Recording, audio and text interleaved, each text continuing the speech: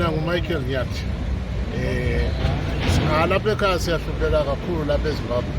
Izikulu fees ziyakhwela okunye okunzima size sehluleke ukuthi sibhadale izikulu fees zabantwana.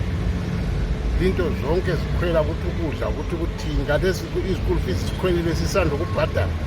Sesitshela ukuthi sokulesitrike thina sibhadala inkalakatha zezimali ezisabekayo ezingaka. So sesizama ukuthi sizitandise abantwana behambe kuma-private lesson. Kuma-private lesson kuyadura i-20 to 30 news each mntwana ukuthi ezefundiswe. Sesilodubo olunye olunzima kakhulu ngoba sisakwazi ukuthi sisanda kubhadala ischool fees inkalakatha zemali engaka. Kube sokuthiwa kufuneke ama-teachers engena kwistrike. Pho kasikwazi lokudla kuyadura kunzima la.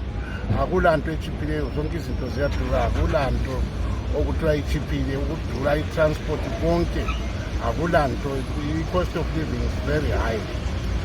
Hayi kabalungisa amathisha abuye esikolo ngoba sabhadala inkalakatha imali uhulumende kumele ayilungise into leyo. Kusizwisa ubuhlungu kulale imali esiyibhadeleyo.